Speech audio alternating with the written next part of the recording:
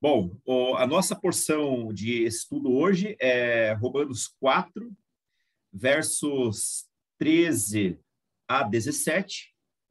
Antes de começarmos, então, vamos orar. Nosso Deus e Pai, nós agradecemos e louvamos ao Senhor por esse dia. Obrigado pela vida dos irmãos e irmãs que estão aqui presentes, que o Senhor possa abençoar o teu povo. Também abençoe o pastor Guto, que está no Mato Grosso, visitando sua mãe depois de tanto tempo.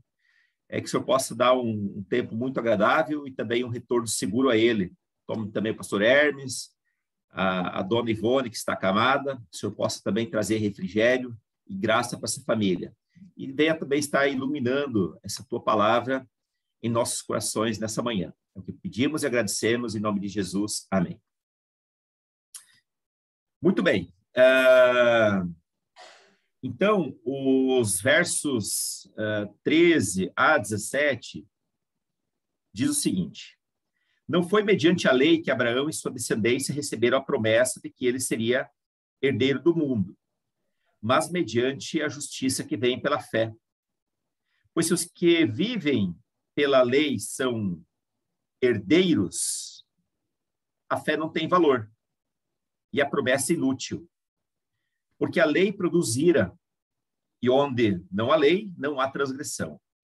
Portanto, a promessa vem pela fé, para que seja de acordo com a graça, e seja assim garantida toda a descendência de Abraão. Não apenas aos que estão sob o regime da lei, mas também aos que têm fé que Abraão teve. Ele é o pai de todos nós. Como está escrito, eu o constituí pai de muitas nações. Ele é nosso pai aos olhos de Deus, em quem creu, o Deus que dá vida aos mortos e chama à existência coisas que não existem. Então, mais uma vez, aqui Paulo continua nesse chamado grande capítulo de Abraão,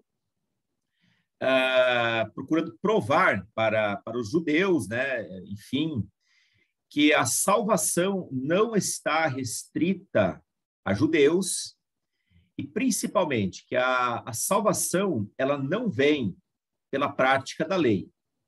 Não aconteceu isso na época de Abraão e tampouco acontece isso hoje, tá? Eu vou compartilhar aqui, então, o texto de hoje.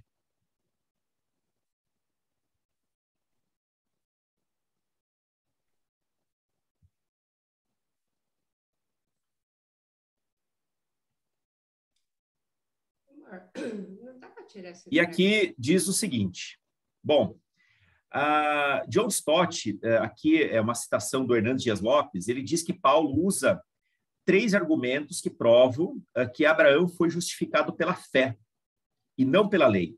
E isso é uma briga, foi uma discussão bastante acirrada naqueles tempos bom, depois eu vou citar o livro de Gálatas, que também foi escrito, uma parte dele, pelo menos para provar que a gente não vive por prática da lei, mas pela fé. E Paulo usa, então, 3 argumentos aqui para provar essa questão.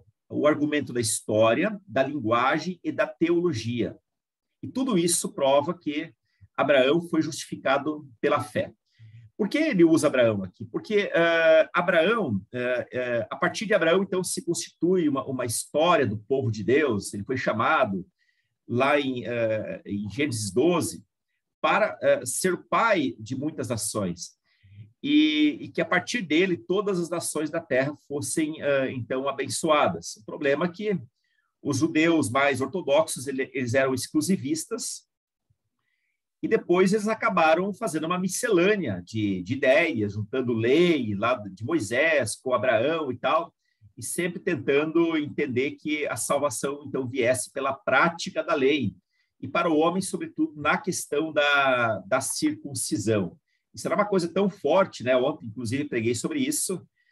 Aquele centurião, ele era considerado uma pessoa extremamente impura por parte dos judeus, por ele não ter seguido a lei ao pé da letra, para se tornar um judeu prosélito, né? No sentido estrito da palavra, porque ele não era circuncidado. Bom, de acordo com o argumento da história, Abraão não poderia ter sido justificado pela lei, de maneira nenhuma, porque a lei viria somente depois com Moisés. 430 anos após o nascimento, ou a vida desse patriarca. Significa que Abraão não poderia ter sido justificado por uma lei que ainda nem existia. Então, o que o apóstolo Paulo está fazendo aqui é escancarar diante daqueles judeus tão capazes, inteligentes, ortodoxos, uma completa incoerência. Como vocês podem dizer que a salvação é pela lei, se Abraão, que viveu 430 anos, que recebeu a promessa, ele foi justificado pela fé, e também o seu descendente, referindo-se inclusive a Jesus. Olha só, logo, essa distância temporal de mais de 4 séculos entre Abraão e a outorga da lei se torna um argumento irresistível contra essa pretensão totalmente falha dos judeus que pregam a justificação pela observação da lei. Tá? Então, o que Paulo faz aqui é pegar o argumento da história para dizer o seguinte: olha, historicamente vocês estão equivocados, vocês estão fazendo uma interpretação fora do tempo, totalmente incoerente, porque o Abraão nasceu lá mais de 4 séculos antes, a lei nem existia. Tá?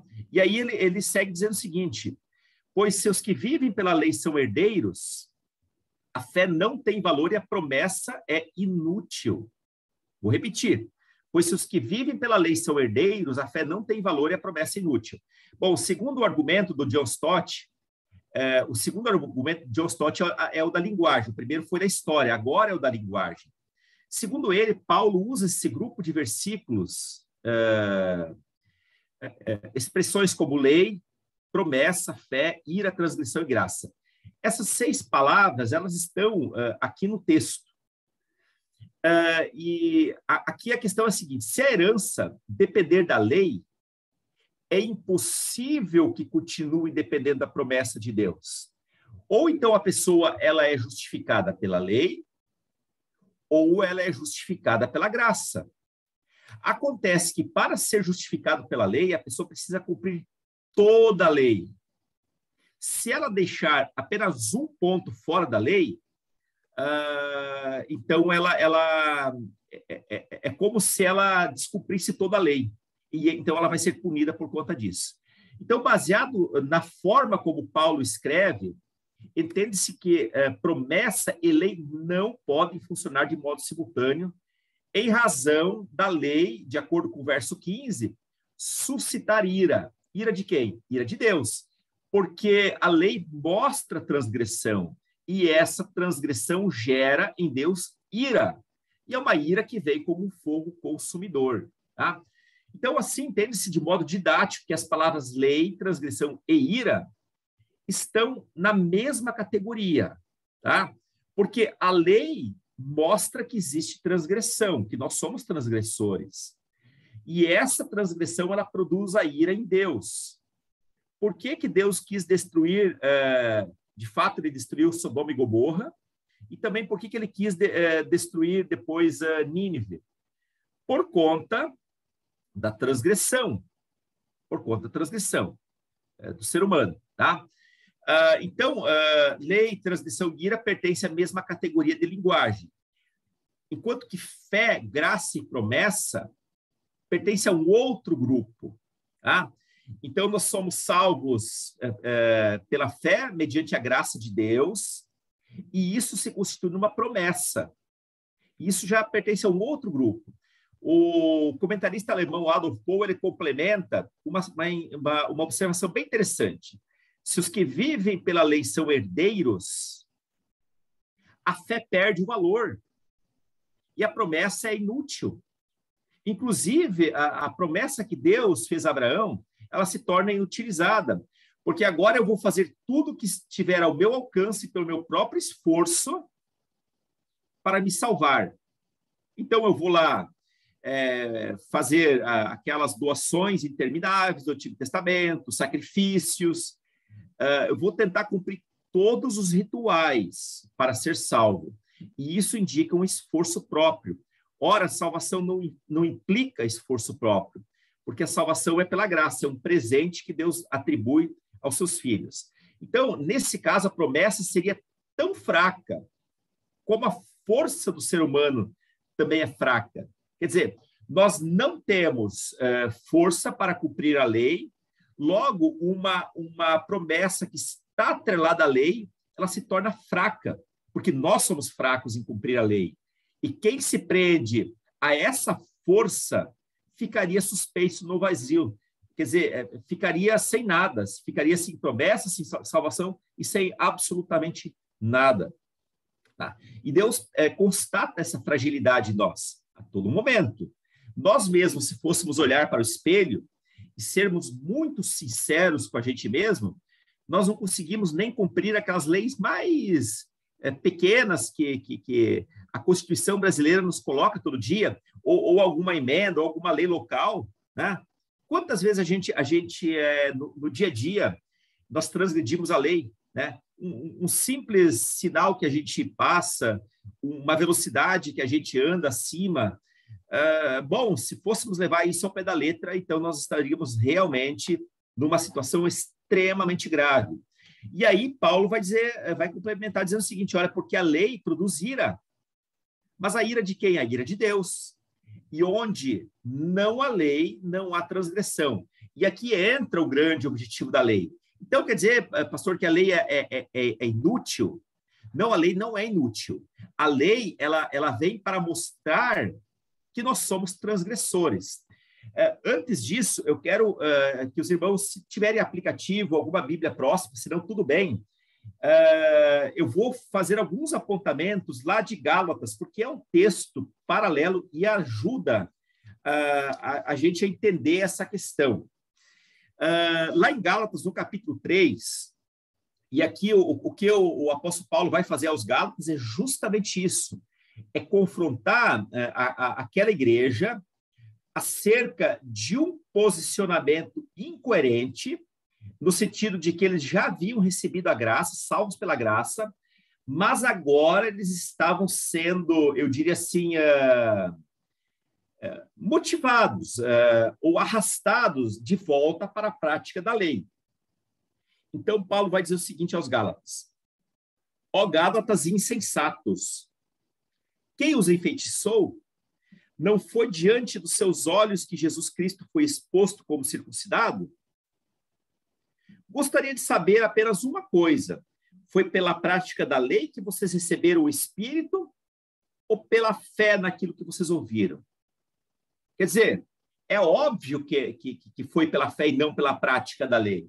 Interessante que aqui a primeira questão que Paulo coloca é que nós, e a igreja de Gálatas é uma igreja modelo nesse sentido, é que nós somos facilmente enfeitiçados a voltar à prática da lei. Né? Aquela ideia, você precisa isso para evidenciar ou para ser salvo, não para evidenciar a salvação, que isso a gente faz mediante o fruto, mas para ser salvo. Quer dizer, se você não falar em línguas, você não é salvo. Se você não fizer tal coisa, você não é salvo. Se você não fizer mais aquilo ou outro, você não é salvo. Quer dizer, no caso dos Gálatas, o que estava aqui em jogo era a questão da circuncisão. Olha, se vocês não se circuncidarem, vocês não vão ser salvos. Quer dizer, eles estão aqui recorrendo novamente à prática da lei, tentando aqui unir graça e lei para dizer que eles são salvos. Já no versículo 2, ele vai dizer o seguinte: gostaria de saber apenas uma coisa: foi pela prática da lei que vocês receberam o Espírito ou pela fé naquilo que vocês ouviram? É claro que se nós fomos convencidos e selados, e isso aconteceu pela fé. É pela fé. Não foi porque eu cumpri alguma coisa como se houvesse uma grande gincana espiritual em que os mais aptos receberiam isso. Né? Não, foi justamente por uma ação miraculosa do Espírito Santo de Deus que nós recebemos esse Espírito, e isso aconteceu pela fé. Outra coisa que Paulo coloca aqui, no verso 5, diz o seguinte: aquele que lhes dá o seu Espírito e opera milagres entre vocês, realiza essas coisas pela prática da lei ou pela fé com a qual receber a palavra.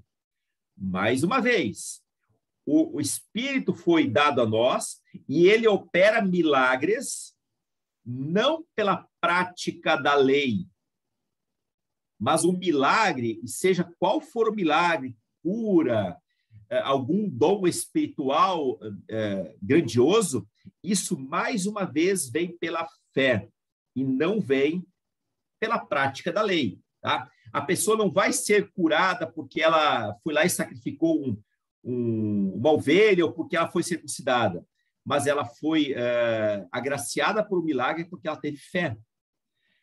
Então, Paulo aqui vai desconstruindo os argumentos desses judaizantes, desses falsos pastores que se introduziram na igreja de Gálatas para tentar deturpar ali as questões. Outra coisa está lá em verso 17, que diz o seguinte: quero dizer isso, a lei que veio 430 anos depois não anula a aliança previamente estabelecida por Deus, de modo que venha a invalidar a promessa. Pois se a herança depende da lei, já não depende da promessa. Deus, porém,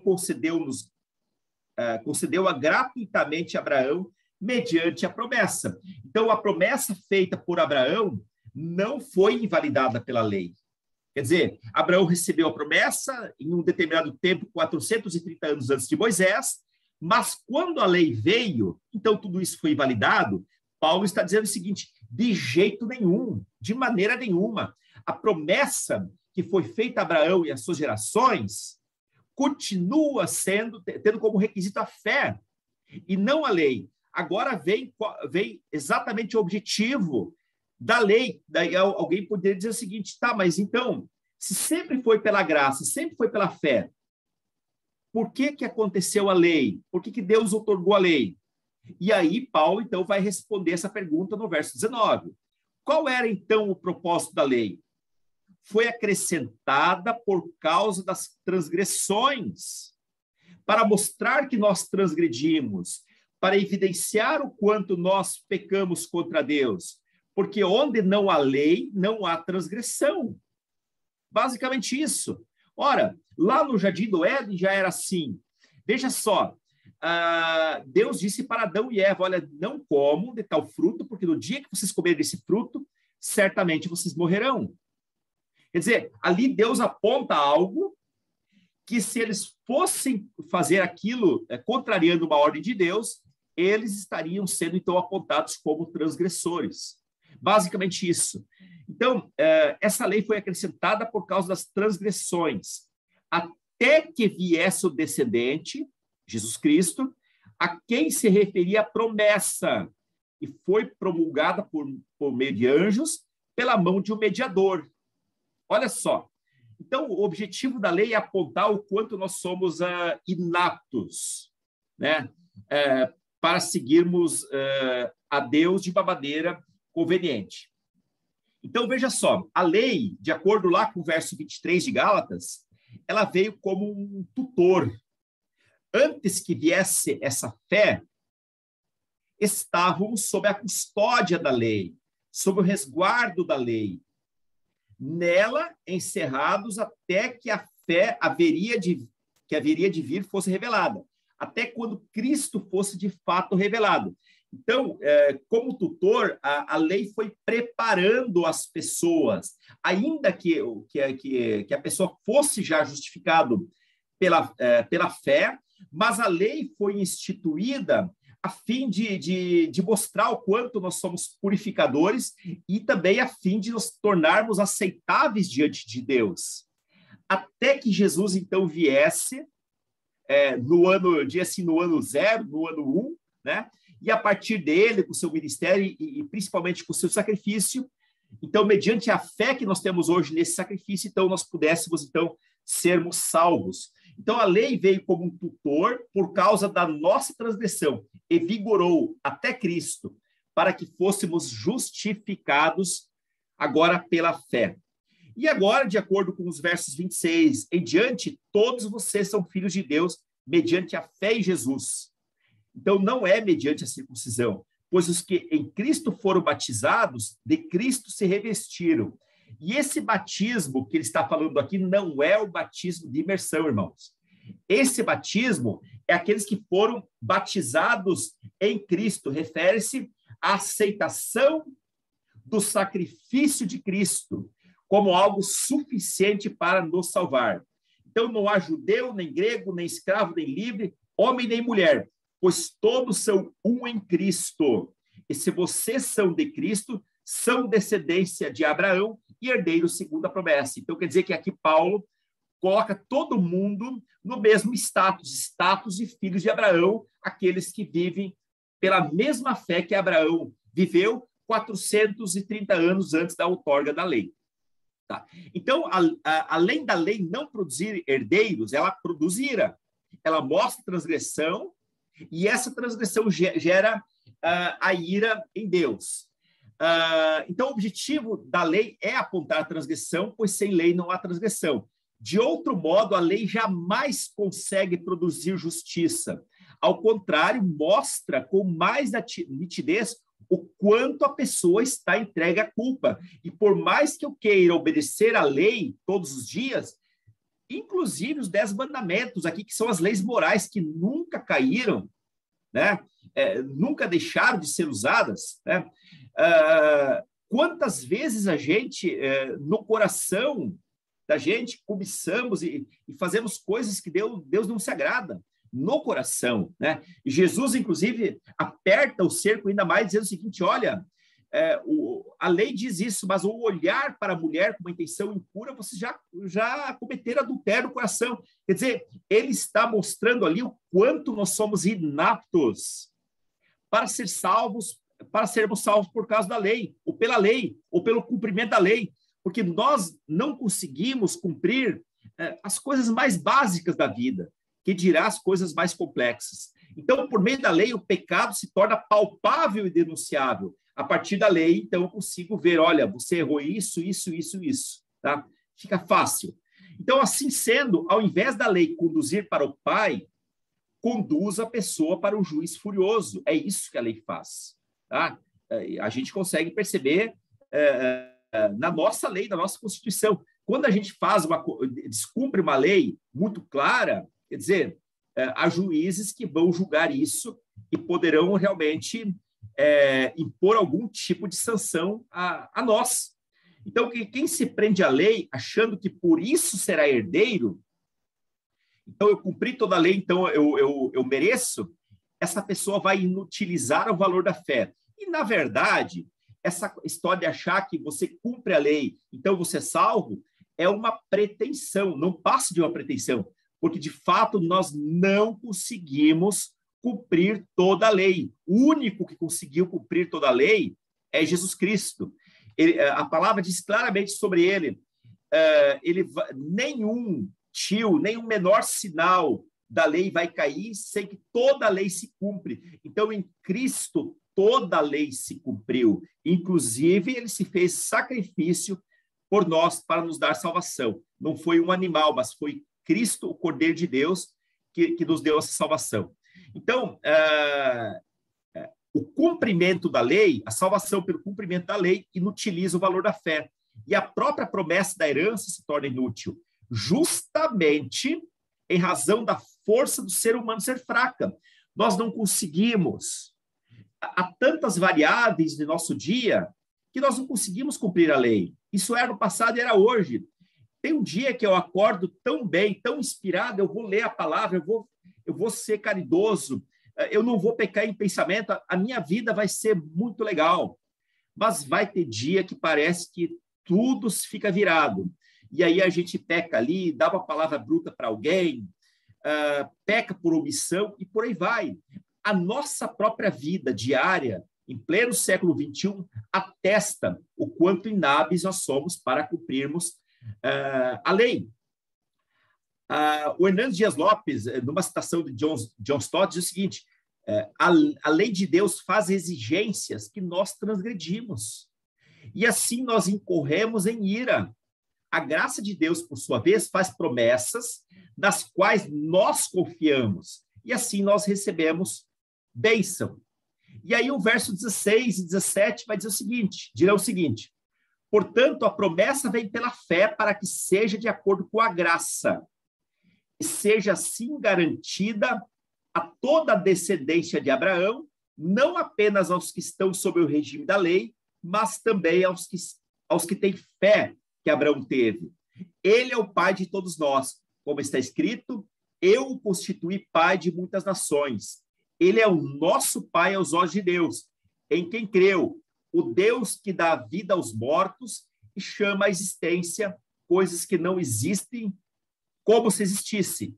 Então, a promessa se torna eficaz quando ela for baseada totalmente e de modo incondicional na graça, constituindo-se desse modo um assunto de fé, da mesma maneira como ocorreu com Abraão. Desse modo, a fim de que a promessa da herança seja válida, ela precisa necessariamente provir da graça por meio da fé. Quando viram esse versículo, os leitores gregos imediatamente relacionaram graça com a origem dessa palavra cara, que significa alegrar-se. Alegrar-se. Veja só, eu vou fazer mais uma leitura desses versículos. Portanto, a promessa vem pela fé para que, de acordo com a graça, e seja assim garantida a toda a descendência de Abraão. Não apenas os que estão debaixo do regime da lei, como era o caso do povo judeu, mas também aos que têm a fé que Abraão teve. Então, quando os leitores gregos leram a palavra caris, graça, eles imediatamente lembraram da origem da palavra que é cara, que significa alegar-se. O Adolf Pohl diz o seguinte: graça é, portanto, uma experiência caracterizada pela alegria que causa na pessoa.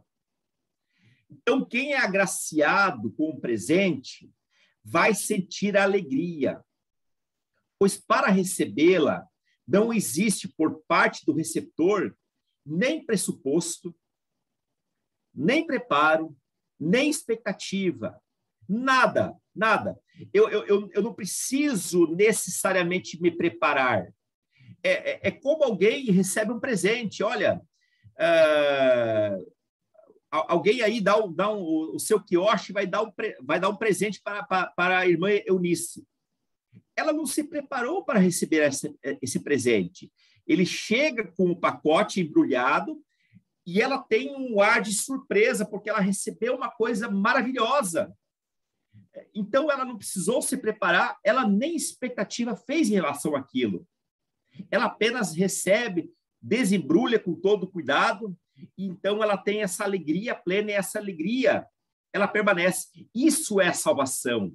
Então, graça e alegria são palavras que estão intimamente relacionadas.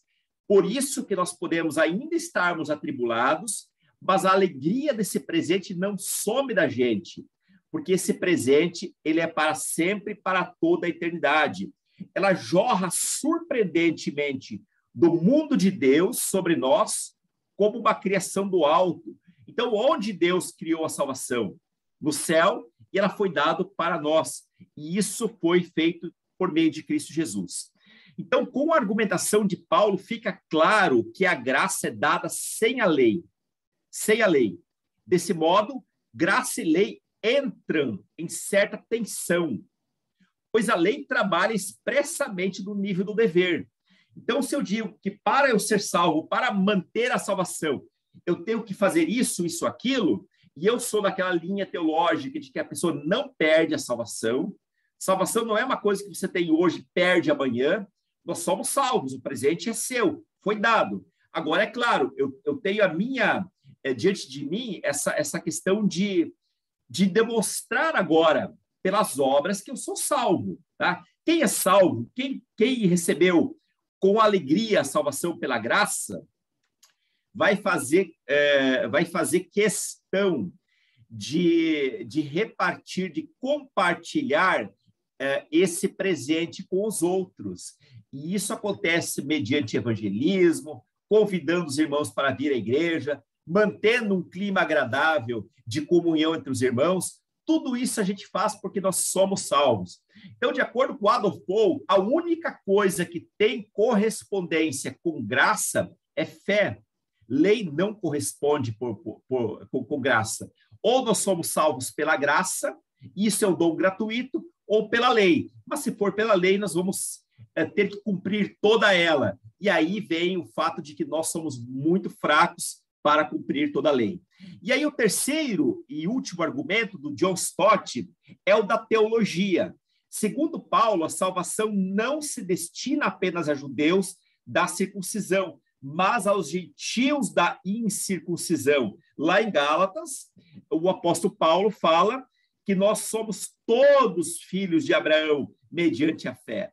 Ou seja, Abraão não é apenas o pai dos judeus incircuncisos, mas de crente, pai apenas de judeus incircuncisos, mas de crentes gentios incircuncisos. Aqui eu troquei a palavra, esses judeus aqui deveriam ser judeus circuncisos. Abraão não é apenas o pai dos judeus circuncisos, corrijo depois lá nos seus computadores, mas de crentes incircuncisos. John Stott também afirma: somente o evangelho da graça e da fé pode unir, abrindo a porta para os gentios e igualando todo mundo aos pés da cruz de Cristo. É aquilo que Paulo vai falar também aos Gálatas, lá em 3:26. Todos vocês são filhos de Deus mediante a fé em Cristo Jesus, pois os que estão em Cristo foram batizados, de Cristo se revestiram. Não há judeu, nem grego, nem escravo, nem livre, homem, nem mulher, pois todos são filhos de Abraão pela fé, tá certo? Então, vocês percebem muito bem como o apóstolo Paulo vai fazendo aqui uma defesa da fé contra a questão da lei.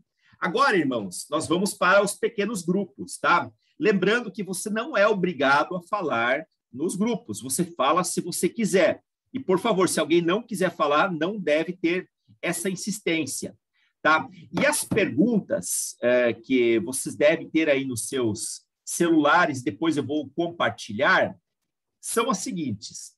Conforme estudado, a graça provém da palavra grega, que traduzida significa alegria. A alegria da salvação está presente constantemente em sua vida ou frequentemente você perde essa alegria? Por qual motivo? Eu imagino que os Gálatas, muitos deles perderam a alegria da salvação também, né? De modo prático, como você poderia demonstrar a alegria da salvação, seja na igreja, família ou sociedade?